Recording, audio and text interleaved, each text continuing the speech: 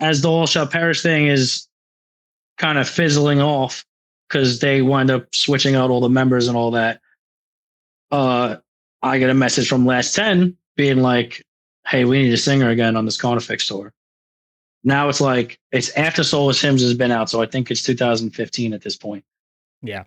And I tell him, yeah. I'm like, let's go. Hell yeah. I won't hang my underwear in that spot again. And like Wyatt laughed. And he was like, I don't care where you put it though. He's like, I'm not going on the tour. My father's really sick, so I can't go. And I was like, oh, I'm sorry. Okay. So I go on the tour. While I'm on the tour, a word breaks out unofficially, and then winds up being officially that Storm has left the band. I would tell that story, but it involves someone's family, and I respect that, and I won't bring that up. But basically, two best friends had a really serious falling out over moral support and over business support. And when that happened, the person with the control of the situation decided that they were going to separate themselves from our singer. Yeah. So that's how I wound up involved. I'm not officially a part of the band at this point. Because again, Anthony and Christian are like, oh my God, bro, this guy is an animal. Like, you know what I mean? If we put him in this band, it's going to be so annoying. Like, he's out of his mind. And then they were just hating on my voice too. But I don't know about full time. Yeah. But they were also hating on my voice just to start. So they did an audition. And Wyatt was like, I hope you're not offended by that. We're just going to do it. You know what I mean? But my vote is for you. And I was like, no, this is actually a great thing because you're going to make people notice this band. And then I'm going to come through and just like kind of shit. So I did an audition. I did two of them. I did what they asked for in the audition. And they actually did consider somebody else. And you know what I mean? But after meeting with that person in person, the vibe was more towards me because they had already worked with me. So, you know, Wyatt made the call, so to speak. You. Jesus. It was fucking Wyatt made the call and made me the singer of the band.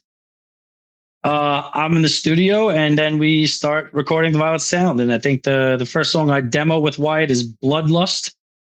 And then after that, I think we demo Little Black Line, but again, it was whispering. And then I had the idea randomly, because I used to listen to it on repeat. I had the idea randomly to like sing it like Marilyn Manson because I was listening to a lot of Manson at the time, and I love Manson as is. So I was like, okay, let me just do this. I'm just gonna do what I want. You know what I mean? And then if they tell me they don't like it, I'll do what I know they want me to do. But I want to do this. And then, like I said before, he liked it and we rolled with it. After Violent Sound, we do 3 albums together. Touring on Last Time was some of the greatest time of my life. You know, made me who I am. And, you know, I love Mike Monaco to this day. I talk to him now. I work with him now. You know what I mean? He's toured with Crystal Lake and crew. One of my best friends. And I still consider Steven Sanchez one of my really, really, really close friends. And he's an angel maker now. Yes, sir. Steven is the man. I remember Steven with short hair and no tattoos. You know what I mean? I love Steven. He was super fun. We used to, you know what I mean? We used to do our thing and have a great time. You know? He actually asked me to ask you what your thoughts are about planting in the green room. Yo, I was just going to say, we used to plant together. Planting. So planting in the green room is my way, like back in the day, because you didn't have any comfy space. Like, so when you got into a green room, you wanted to feel comfortable. So like I rolled deep when I was in the van. I had all sorts of stuff. I had a table and a chair and a rug and a rack for my clothes and a fan and a little pad for my table, for my dab rig and slippers. You know what I mean? And like all sorts of shit to chill. And I used to take the furniture with Steven in the green room. We used to move it around and people used to do what you're doing. And I'm be like, I'm playing, like this became like planting everything. Like, and we used to just like plant in a place, and it used to be ours. Like, you'd come into a green room, I would have rearranged it so that I was more comfortable, you know. Mhm. And again, I would take my shoes off and like be in the slippers on my rug. Like, I had like a little Yeah. space that was mine, you know. And You made yourself at home, literally. yeah. I did the same thing in the van. I made a little bed for myself. I had like a fur blanket and everything. I was luxurious in that motherfucker. It was sick. You know, van life was comfortable for me. I made it work for sure. I had a lot of fun with Steven. I had a lot of fun with Mike. I didn't have a lot of fun with Wyatt. Mhm. We're just not friends. I was just, some people don't vibe, and that's that. You know what I mean? I don't hate any of the guys that replaced any of us, but it got to a point where one day everyone was like, I can't do this anymore. It was too much.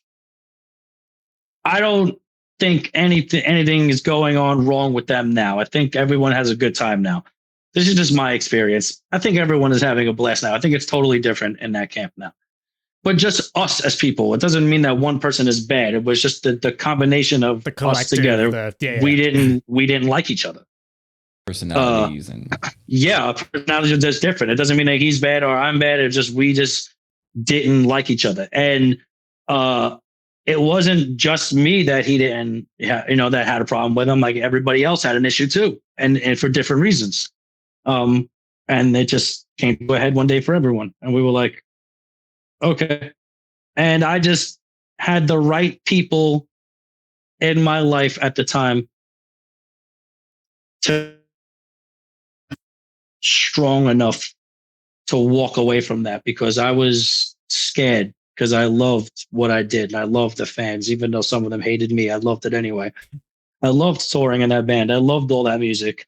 I didn't leave that band because I hated anything that was going on with them. You know what I mean? Musically, I just I needed peace. That was my specific reason. So, yeah, because you guys were doing some pretty crazy touring near the end of your time. Yeah, you guys at the end, it was really kicking. Born of Osiris, like you guys were doing big tours. Yeah, it was really kicking at the end. This one right here is with Black Dahlia above me. Like, yeah, that's it. Like this was doing it. And sometimes you got to be more important. You know what I mean? And I believed in myself, and luckily the people around me made me feel like you could do it.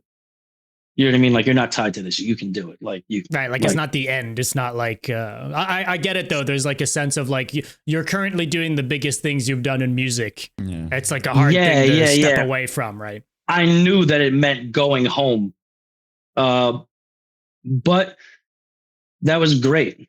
I know I talked a lot about being obsessed with music and how obsession is what gets it done. Leaving Last 10 made me learn so much about who am I really. You know what I mean? Like, there's me on stage, and then there's me on tour, and then there's me in between tour. But like, which one of those is me? You know what I mean? Like, and I'm sitting in my living room one day, and I'm like playing with my cat on the floor, and I just realized, kind of just hit me like that. This is me here right now. My cat in my house on my couch watching TV, relaxing. This is John. What I do with my band is what I do for work. That's a switch that I flip to make money. And even though I let the real animal out on stage, I'm not that person all the time. And I was living in that person. I was the angry fuck constantly. That's where hate church and all that becomes too much of my personality. You know what I mean? Mm-hmm. And you're living as this idea constantly, because you're constantly trying to add to it. You have to bring it home to think about it, to bring it back. Like, so I just kind of snapped out of it and was like, I want to care about me. I want to focus on me. I looked at the people that I looked up to, and I tried to focus on things that made me happy. And I was actually thinking about like maybe I'm not gonna be a singer anymore. And all of a sudden, 8 months roll around, and now it's September or October, and randomly, Crystal Lake needs a singer.